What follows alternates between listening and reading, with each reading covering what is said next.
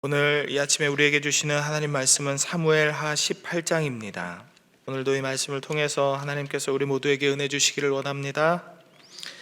압살롬은 아버지 다윗의 자리를 내쫓고 왕이 되려고 했습니다. 점점 커지는 자신의 세력을 보면서 자신이 진짜 왕이 될 수 있을 거다 이렇게 판단했을 겁니다. 그러나 아히도벨의 계략이 무산된 이후로 압살롬은 그 기세가 꺾이기 시작합니다. 다윗은 아히도벨의 계략에서 벗어난 이후에 곧바로 군대를 나누어 반격을 시작합니다. 다윗은 군대를 세 무리로 나누었습니다. 하나는 요압에게, 하나는 요압의 동생 아비새에게, 그리고 또 하나는 가드 사람 이때에게 맡겼습니다. 그리고 자신도 함께 전투에 나갈 것이다. 내가 직접 이 전투에서 싸우겠다. 부하들에게 약속을 합니다.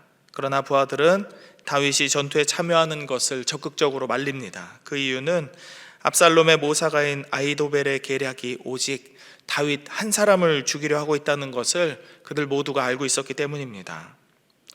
예로부터 고대의 전투에서는 왕이나 혹은 군대의 지휘관이 직접 군대를 끌고 전쟁터로 나가는 것이 상식이었습니다. 그래서 이번 전투에서는 더욱 적군의 목표가 분명했기 때문에 신하들이 다윗의 참전을 적극적으로 말렸던 것입니다. 사실 다윗이 직접 전투에 참여하지 않았던 것은 이번이 처음은 아닙니다.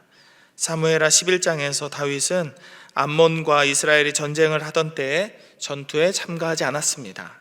그리고 그때 다윗은 돌이킬 수 없는 죄를 짓고 말았습니다. 신하들이 전쟁에서 피를 흘리며 싸우고 있을 때 다윗은 왕궁 지붕 위에서 밧세바를 보고 음욕을 품고 죄를 지었기 때문이죠. 주석가들은 만약에 다윗이 전쟁에 참여하고 있었다면, 그리고 적어도 전쟁터에 나가서 직접 전투에 참가하지 않아도 부하들과 함께 있었다면 밧세바에게 음욕을 품는 일과 같은 죄악은 절대로 일어나지 않았을 것이다 이렇게 말하고 있습니다. 그래서인지 다윗은 지난 기억을 되살려서라도 이번 전투에는 내가 꼭 참가해야 되겠다라는 마음을 가졌던 것 같아요.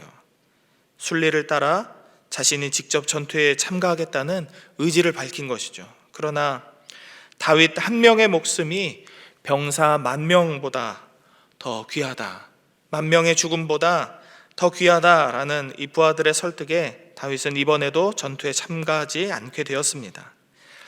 부하들의 충정에 의해서 다윗은 전투에 참가하지 않기로 하기는 했지만 사실 이번 전투에서 다윗의 마음에 걸리는 것은 따로 있었습니다.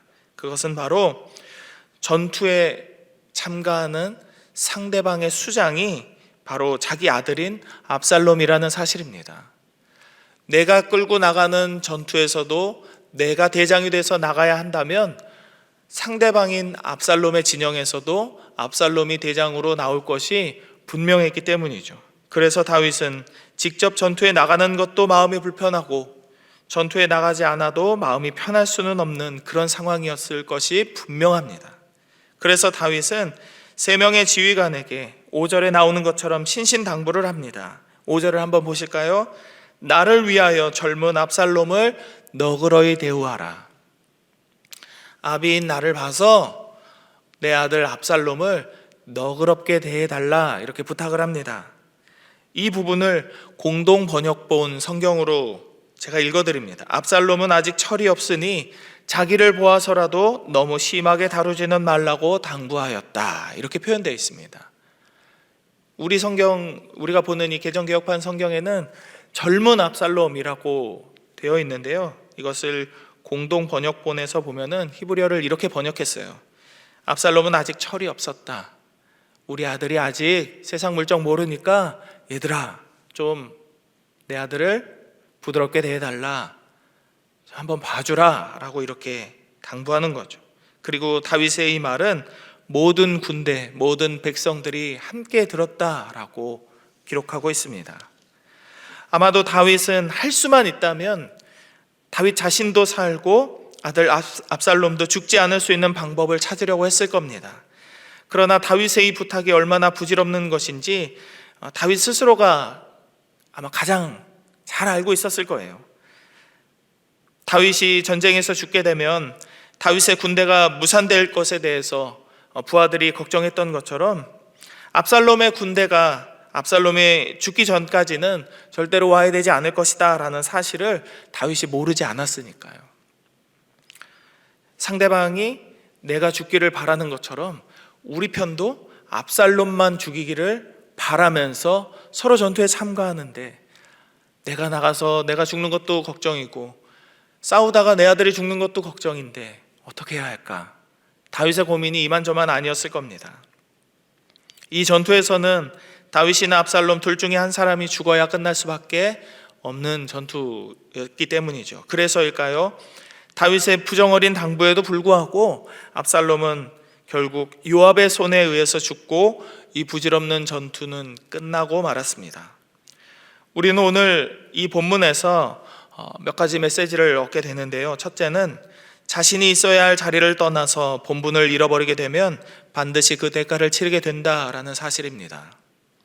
우리는 사무엘하 11장에서 다윗이 왕으로서의 위치를, 대장으로서의 위치를 지키지 않고 부하들만 전쟁에 보낸 후에 죄의 유혹에 빠졌던 것을 기억하고 있습니다. 사무엘하 11장에서 전투에 빠졌던 다윗은 밧세바와의 간음죄를 저지르게 되었고, 사무엘하 18장에서 전투에 빠졌던 다윗은 사랑하는 아들의 부고를 승전보로 듣게 되는 고통스러운 경험을 하게 되었습니다. 모든 사람이 자신의 삶의 자리에서 언제나 한결같이 자신에게 주어진 본분과 자기에게 주어진 믿음의 사명을 감당한다는 것은 절대로 쉬운 일이 아닙니다. 일이 어려워서 힘들 때도 있지만 때로는 우리의 마음이 우리의 자리를 벗어나게 할 때도 있기 때문이죠. 그래서 우리는 언제나 우리의 마음을 우리의 생각이나 환경이 아닌 하나님의 말씀으로 채워야 할 이유를 우리의 삶에서 날마다 요구받게 되는 것입니다. 출애굽하는 과정에서 홍해를 앞두고 있는 모세를 한번 기억해 보시죠. 뒤에는 애굽의 군대들이 쫓아오고 있고 바로 눈앞에는 더 이상 갈 수 없는 끝이 뻔히 보이는 길이 있었습니다. 바다로 들어갈 수도 없고 뒤로 돌아서 갈 수도 없고, 그 당시 이집트의 군대는 세계에서 가장 강한 군대였다고 하죠. 애굽의 군대 병거를 600대를 끌고서 전쟁을 한 번도 경험해 본 적이 없는 이스라엘 백성을 싸우려 오는 것이 아니라 학살하기 위해서 쫓아오고 있었습니다. 얼마나 무서웠을까요? 두려웠을 겁니다. 그때 하나님께서는 모세를 위로하시거나 모세의 형편을 보시고 모세야 어떡하니? 모세의 생각을 묻지 않으셨습니다. 하나님께서 모세에게 하신 말씀을 단호했습니다. 너는 어찌하여 내게 부르짖느뇨? 이스라엘 자손을 명하여 앞으로 나아가게 하고 지팡이를 들고 손을 바다 위로 내밀어 그것으로 갈라지게 하라. 두려운 말씀이 아니었을까 생각합니다. 우리는 그냥 편하게 책으로 글로 읽기 때문에 이렇게 하라고 했으니까, 하나님이 하라고 했으니까, 하나님께서 명령하셨으니까 그대로 하면 되겠지. 세상은 그렇게 힘들 겁니다. 눈앞에 바다가 있는데 뒤에서 나를 죽이려고 수많은 어린아이들과 노인과 여자들과 젊은 청년들을 죽이려고 무서운 군대가 쫓아오고 있는데 하나님께서 하신 말씀은 단호했죠. 다들 데리고 바다로 들어가라.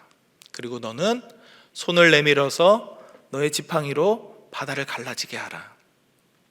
한 번도 해보지 않은 경험이었을 겁니다. 당연히 그렇죠. 한 번도 해보지 않았을 겁니다. 누가 그렇게 하는 걸 보기라도 했다면 하나님께서 이렇게 시키실 때 이렇게 하면 되겠구나, 이렇게 하니까 되더라 라는 자기 지식과 자기 경험으로 해볼만 하겠는데 하는 생각을 가질 수도 있었을 거예요. 그런데 한 번도 해본 적 없는 이 명령을 모세는 가장 절체절명의 순간에 들었던 것이죠. 모세가 두렵고 힘들고 어려운 상황 속에 있었지만 하나님은 그를 위로하시기보다는 모세야, 너의 자리를 지키고 나의 음성에 귀를 기울이고 내가 하는 명령에 순종하라 라고 말씀하셨습니다. 당시의 상황이 우리의 상식으로는 절대로 맞지 않은 명령으로 보일 수 있습니다. 그러나 모세는 자기 자리에서 하나님의 말씀에 순종했습니다. 그리고 그 순종은 바다를 가르는 기적으로 이어졌고 수많은 이스라엘 사람들의 생명이 구원받는 은혜로 이어졌습니다.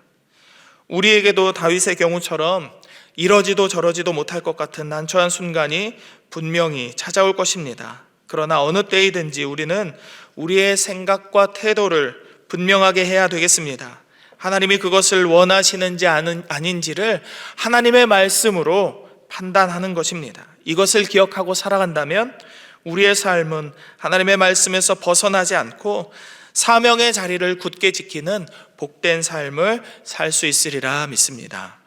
오늘 우리에게 주시는 두 번째 메시지는 죄가 우리에게 주는 무서운 결과를 절대로 외면할 수 없다라는 사실입니다.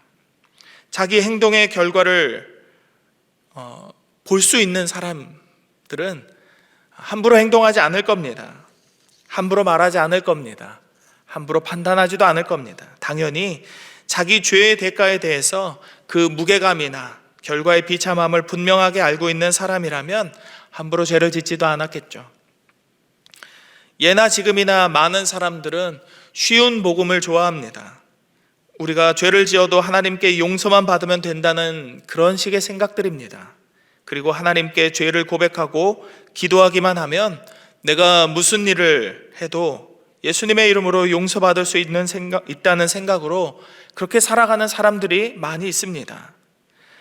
하나님 앞에 진실한 마음으로 회개할 때 하나님께서 우리를 용서하신다라는 말은 진리입니다. 절대로 변하지 않는 사실이죠. 그러나 마태복음 3장 8절에서 세례 요한이 이야기한 것처럼 죄에는 회개에 합당한 열매가 따를 수밖에 없다라는 것을 우리는 기억해야 합니다.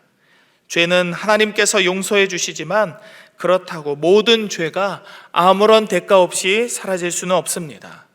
예를 하나 들어보겠습니다. 알코올 중독으로 자기 몸과 가족들의 삶을 피폐하게 만든 사람도 하나님께 용서를 받을 수는 있습니다. 그리고 알코올 중독이 아닌 다른 여러 중독이나 죄로서 사람들과 하나님 앞에서 죄를 지었던 사람들도 용서를 받을 수는 있습니다. 하지만 용서받은 후에도 중독으로 인한 후유증과 가족들이 받았던 상처들은 오랜 시간 중독자로 살았던 사람들의 삶에 고통으로 남겨질 수 있는 것이죠. 죄의 결과는 피할 수 없는 것입니다. 압살롬은 죄를 지었습니다. 아버지를 거역하고 같은 동족끼리 전쟁을 일으키는 악을 저질렀습니다. 그가 하나님께 회개를 하지도 않았고 아버지 다윗에게 용서를 구하지도 않았지만 그는 이미 아버지 다윗에게 용서를 받은 사람이었습니다. 전투를 벌이기 전에 이미 다윗의 입에서 내 아들을 좀 너그럽게 대해달라라는 요청이 나왔기 때문이죠. 그러나 아버지의 용서가 있었음에도 불구하고 이 전쟁이 끝나기 위해서 압살롬은 죽을 수밖에 없었습니다. 이는 다윗이 밧세바와의 사이에서 낳은 아기가 태어난 지 일주일 만에 죽었던 모습을 기억하게 합니다. 아기가 죄를 지었던 것은 아니지만 회개하고 하나님 앞에 용서를 빌었음에도 불구하고 다윗의 죄가 그 대가를 치른 것이었기 때문이죠. 오늘의 우리의 삶이 죄의 무게에 대해 다시 한번 생각해 보는 날이 되었으면 좋겠습니다.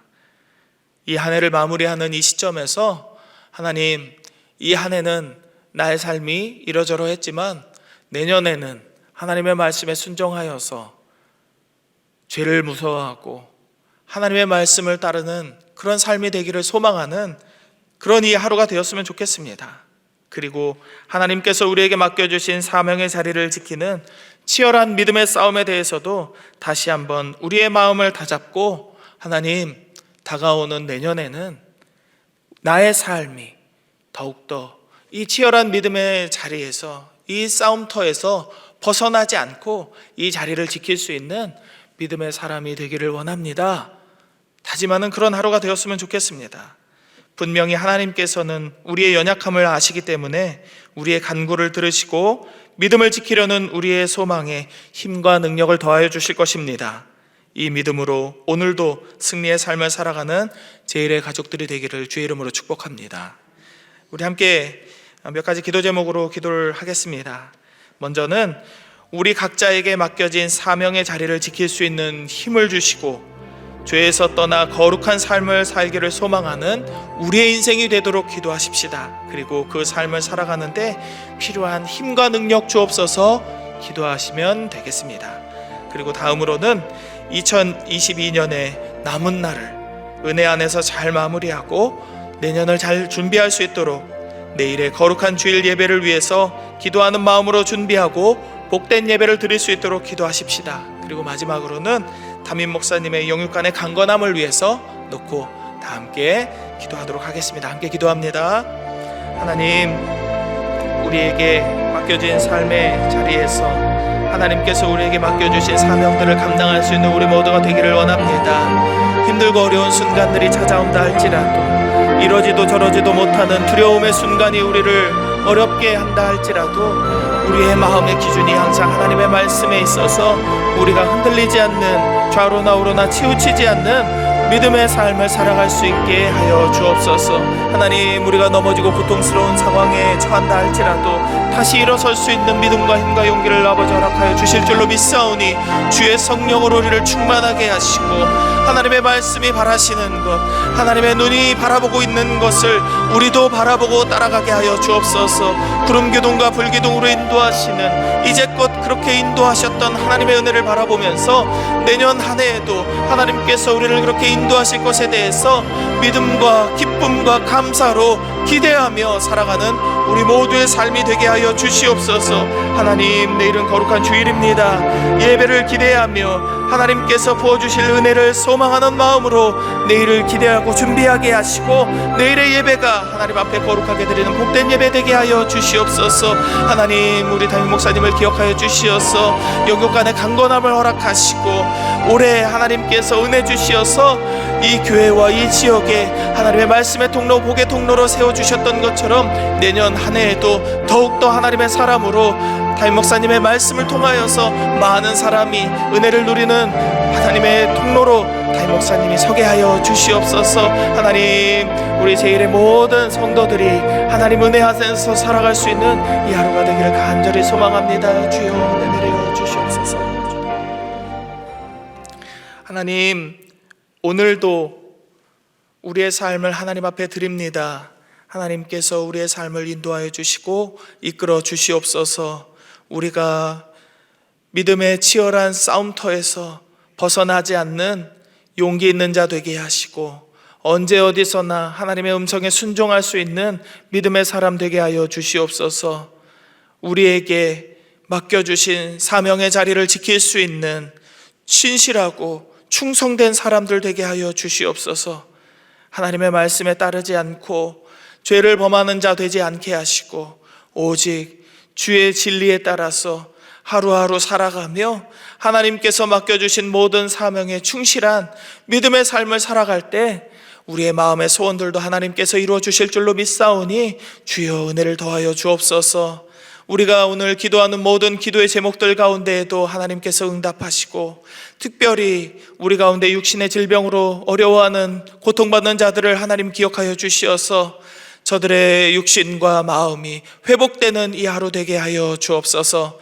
내일의 거룩한 주일 예배 가운데에도 하나님께서 풍성한 은혜와 하나님의 놀라운 역사를 베풀어 주시기를 간절히 소망하며 거룩하신 예수님의 이름으로 기도드립니다. 아멘.